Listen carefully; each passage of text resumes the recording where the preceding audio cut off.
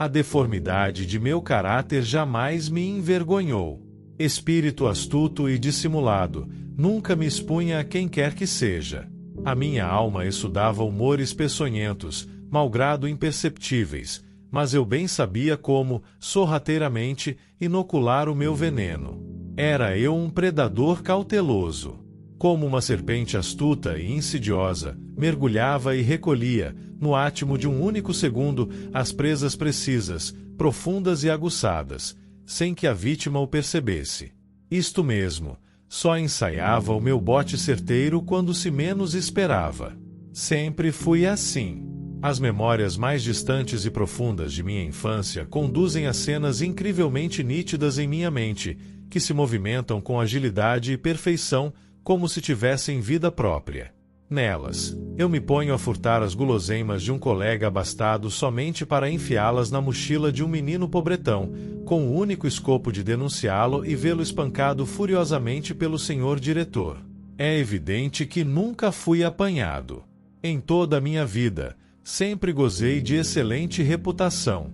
A reiterada prática de atos impunes, em vez de me infundir o excesso de segurança que irremediável e ordinariamente conduz à negligência e ao relaxamento, fez-me cada vez mais cauteloso. Eu era um gênio na arte do malefício, mas creio que foi o excesso de reflexão e cautela, a propensão inata a um risco calculado, a origem de toda a minha desgraça. Nós, os criminosos inteligentes, temos também as nossas teorias. Sempre criei que o crime perfeito é aquele que não deixa vestígios. Não é exato supor que é perfeito o crime que não permite revelar a autoria. Este é um efeito reflexo, que pressupõe a verdade contida no primeiro postulado. Mas havia os que diziam que perfeito não é o crime em si mesmo realizado, mas algo exterior a ele. Perfeito, segundo alguns, é o crime que não pode ser, física ou legalmente, punido. Certa feita, apresentaram-me ao novo inquilino do apartamento térreo. Chamava-se Oldre e consta que viera de Poitiers.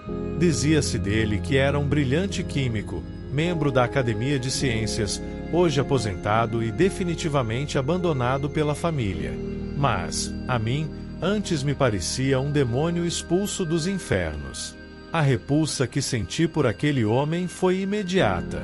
O toque de sua mão pareceu-me tão asqueroso quanto a sensação táctil que se deve experimentar quando se acaricia uma víbora fria e sonorosa.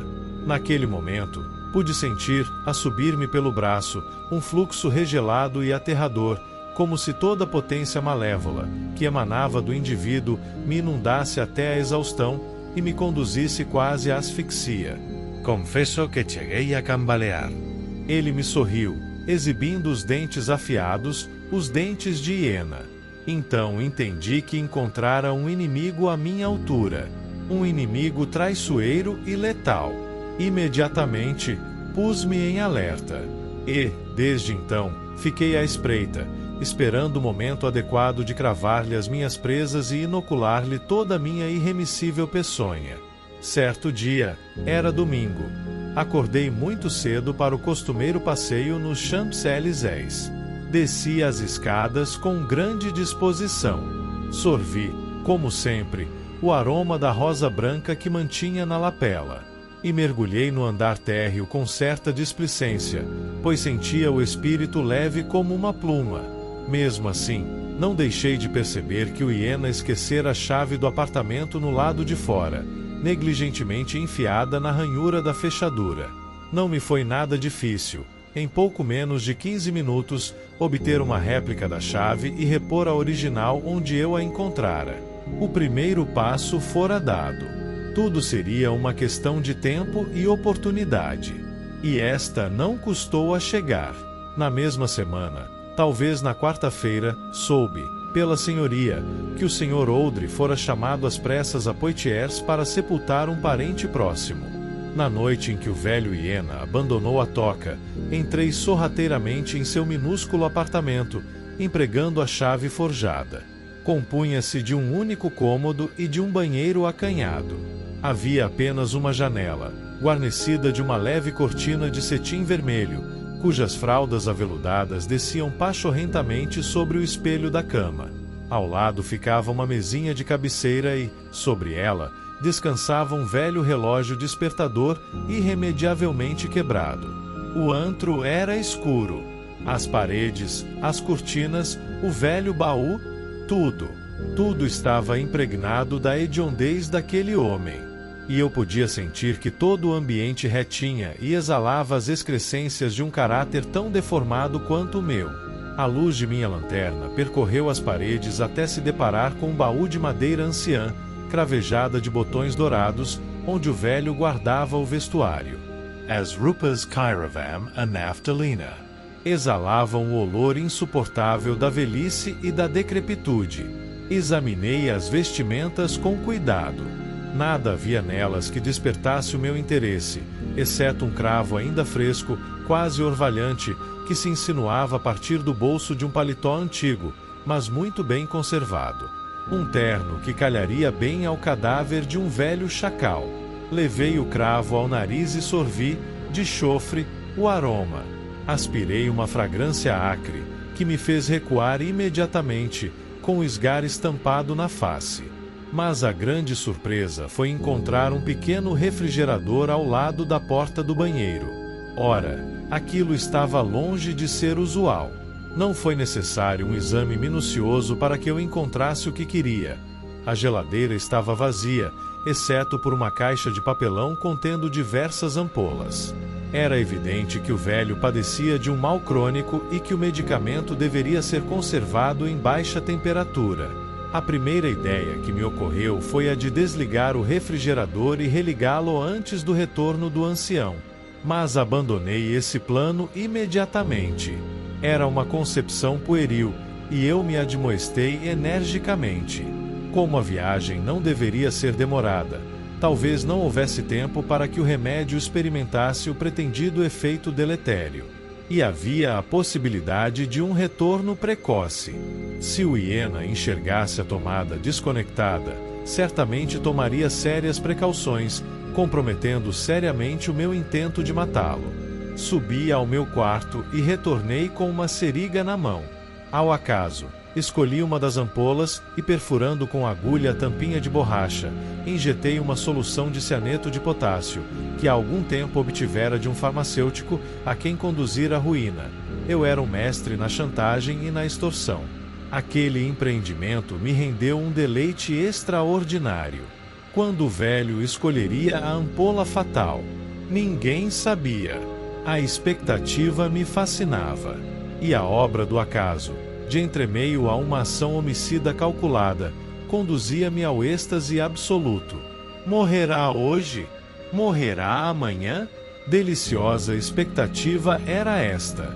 Havia um quê de sensualidade naquilo tudo.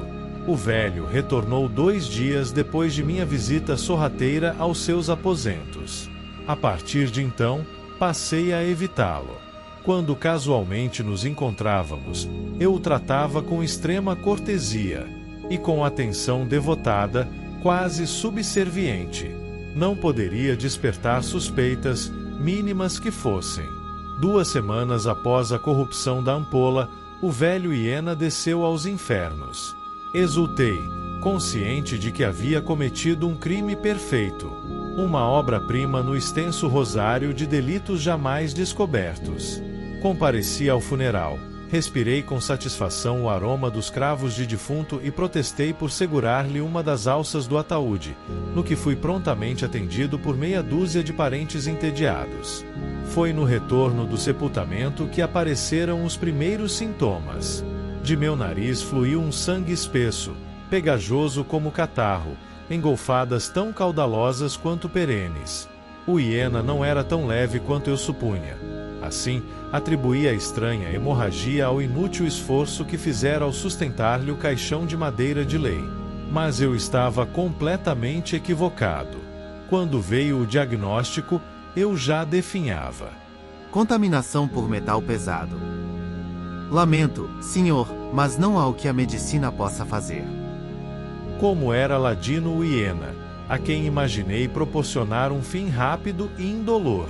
Como foi sagaz, pondo a chave do apartamento praticamente em minhas mãos, instigando-me à incursão noturna. E como foi arguto ao simular uma viagem a Poitiers. Ele me atraiu à ratoeira, depois de examinar atentamente os meus hábitos. Não foi à toa que o velho deixou ao meu alcance o cravo fresco, ainda úmido, mas impregnado de humores cancerígenos. Não foi sem propósito que me atirou aos terrores de uma morte lenta, dolorosa e cruel. Mas o que me consome e exaspera é saber, nos dias de hoje, que fracassei, que minha argúcia fora o fio condutor da minha própria ruína. Eu não sou o as. Sou um homem a quem a humilhação pesa mais que um sudário. Sim, o velho não padecia de mal crônico algum, nem dependia de remédios para sobreviver. Somente agora percebo o que era evidente. A geladeira e os medicamentos eram uma farsa. Pura mise en scène. A morte do hiena, para o meu horror, fora absolutamente natural.